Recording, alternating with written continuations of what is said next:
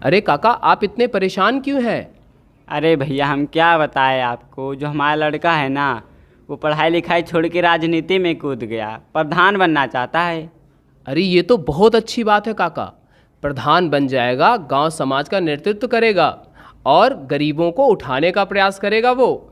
आप बताइए, आपका लड़का बीएड टीटी करके बेरोजगारी तो था, हाँ अब भैया। प्रधान बन जाएगा, आपका नाम होगा, प्रधान जी लोग कहेंगे, और मात्र 5 साल में वो 2 से 3 करोड़ रुपया कमा लेगा। और अगर आपका लड़का टीचर बन भी गया तो 37 साल की नौकरी में 60,000 के हिसाब से वो सिर्फ कितना कमाएगा? 2,66,44,000 रुपये। आप सोचिए कि अगर वो 2,66,44,000 कमा भी लिया और साथ में उसके खर्चे को निकाल दीजिए, तो पूरी ज़िंदगी की नौकरी में केवल और केवल उसके पास 1,07,00,000 रुपए ही बचेंगे।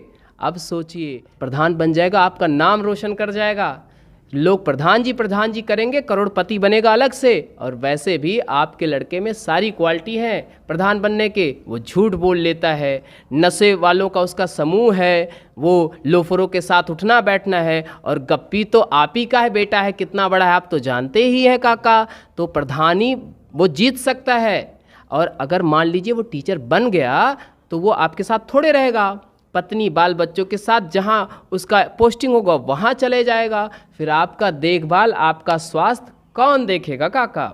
इसलिए कहता हूँ, अगर प्रधान बन भी गया तो आपके साथ रहेगा, और गांव समाज और राजनीति और वोट के चक्कर में आपका सेवा भी करेगा। समझ गए काका? हाँ भैया, हाँ। मध्यम वर्गीय परिवार की यही समस्या है। उनको लगता है कि राजनीति एक गंदी चीज़ है, पर काका असल मायने में राजनीति बहुत अच्छी चीज़ है।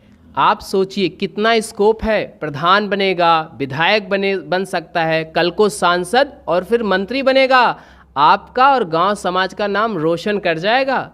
और अगर वो अध्यापक या टीचर बन भी गया तो सिर्फ 60,000 कमाएगा और ज़िंदगी भर टीचर ही रहेगा। तो अभी समझदारी इसी में साल तो मैं भी प्रधानी में खड़ा हो रहा हूँ। यकीन मानिए 2 साल में 2 तल्ला और एक फार्चूनर ले आएंगे हम इसी प्रधानी में। तो सोचिए विचारिए, नहीं काका? समझ गए? हाँ भैया, हाँ। अपने बच्चे को प्रधान बनाइए और लड़िए। आप जानते हैं काका, आपको पता है इस दुनिया में शिक्षा, संस्कार, नैतिक मूल्यों का कोई मोल नहीं है।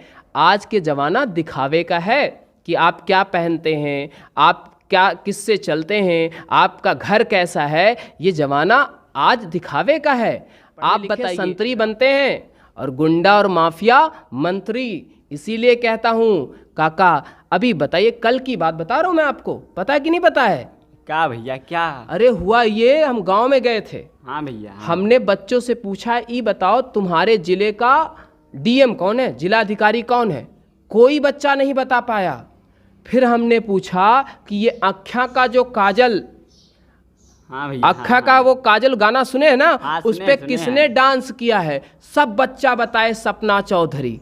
तो अब काका सोचिए कि समाज को क्या पसंद है, सोचिए कि समाज किस तरफ जा रहा है। अभी आपको नहीं बताया, एक ठू फिल्म आया था काका, जिसमें हीरो जो अभिनेता था वो सिगरेट पीता था, दारू पीता था। वो मूवी 200 करोड़ कमाई है। उस मूवी का नाम है कबीर सिंह। और वहीं सुभाष चंद्र बोस के ऊपर एक फिल्म आई थी जिसमें वो 5 करोड़ भी नहीं कमा पाई। आप समझ रहे हैं ना? हाँ भैया, आज हाँ। के लोग और आज का समाज संस्कार, शिक्षा, गुण, इन सब अवगुण, इनका मूल्यांकन नहीं करता है।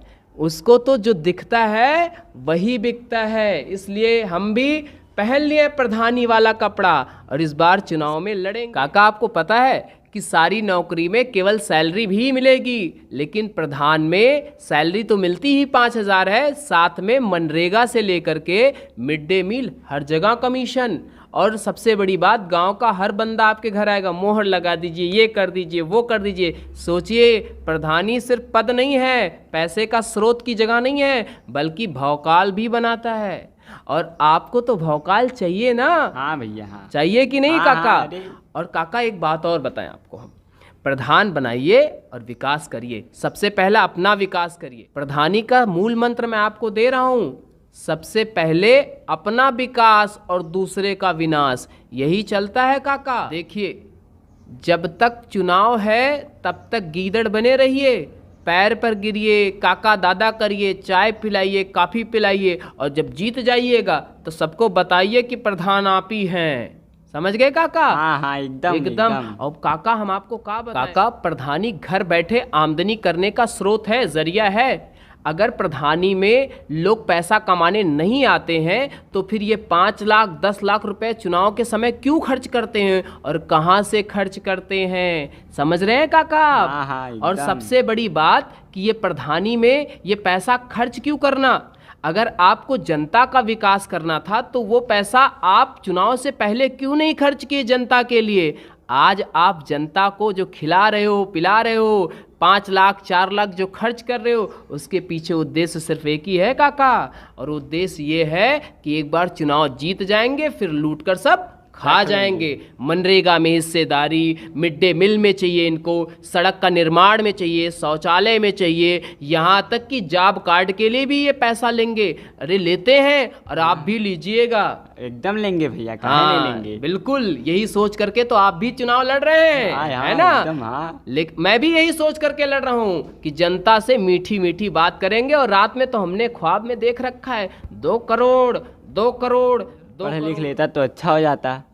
काका, आज तक पढ़ लिख कर कोई देश कोई बड़ा आदमी बना है? एक आदमी बताइए जो पढ़ लिख कर बड़ा आदमी बना है। पढ़ लिख कर लोग संतरी बनते हैं और गुंडा अपराधी मंत्री, यही यथार्थ और सच है काका। आप बताइए कि कोई संभ्रांत व्यक्ति, कोई अच्छा आदमी, कोई ईमानदार व्यक्ति चुनाव में 10 लाख 5 लाख करोड़ 2 करोड़ खर्च कर सकता है? नहीं कर सकता काका। सिर्फ वही आदमी चुनाव में 5 लाख 7 लाख रुपया खर्च कर सकता है जिसने गलत तरीके से पैसा कमाया है। आप बताइए कि एक सज्जन व्यक्ति, एक ईमानदार व्यक्ति अपने जीवन की गाढ़ी कमाई को क्या फ्री में दान करेगा लोगों पर? नहीं काका। इसलिए चुनाव जीतने के लिए जो लोग 5 लाख 10 लाख खर्च कर रहे हैं, इसका मतलब है कि उन्होंने कहीं ना कहीं इसको गलत तरीके से इस धन को कमाया है। ठीक काका? हाँ, तो हाँ। आपने भी तो खूब गबन किया था, तो इस बार इसीलिए आप प्रधानी में खूब पैसा खर्च कर रहे हैं काका। सही बोले काका? हाँ हाँ, एकदम सही बोला। हाँ काका, देखिए अब हमसे क्या छुपाना, हमसे क्या छुपाना काका। जिस बिरादरी के आप हो उसी बिरादरी के हम भी हैं। ये है कि थोड़ा आप ज़्यादा बेईमान हो और मैं कम। ठीक काका? हाँ, तो ठीक। बोलो काका, एक बात और बताइए। आप बताइए, ये जो चुनाव में 5 लाख 10 लाख करोड़ 2 करोड़ खर्च कर रहे हैं ये लोग, क्या ये मेहनत की गाढ़ी कमाई है? नहीं काका। एक्चुअली जो आदमी मेहनत से, ईमानदारी से पैसा कमाएगा, वो ऐसे 5 लाख 10 लाख ऐसे लुटाता नहीं फिरेगा। समझ रहे काका? हाँ भैया, एकदम। इसीलिए चुनावी, ये जो प्रधानी चुनाव हो या ब्लॉक प्रमुखी हो या विधायकी हो, ये सब पैसे का खेल है काका। समझ रहे?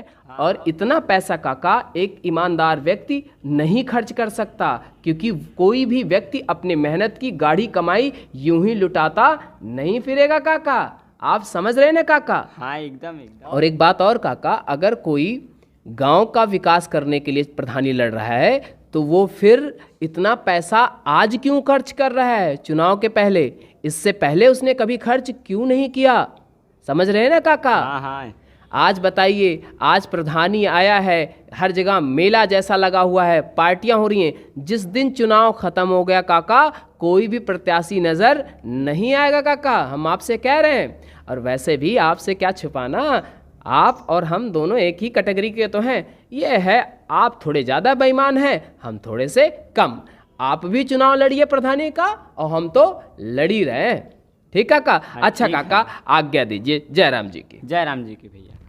मित्रों, इस वीडियो को बनाने के पीछे उद्देश्य है कि जनता का पैसा सरकार ग्राम पंचायत के माध्यम से जनता को वापस करती है, जनता के विकास और सुविधाओं के लिए।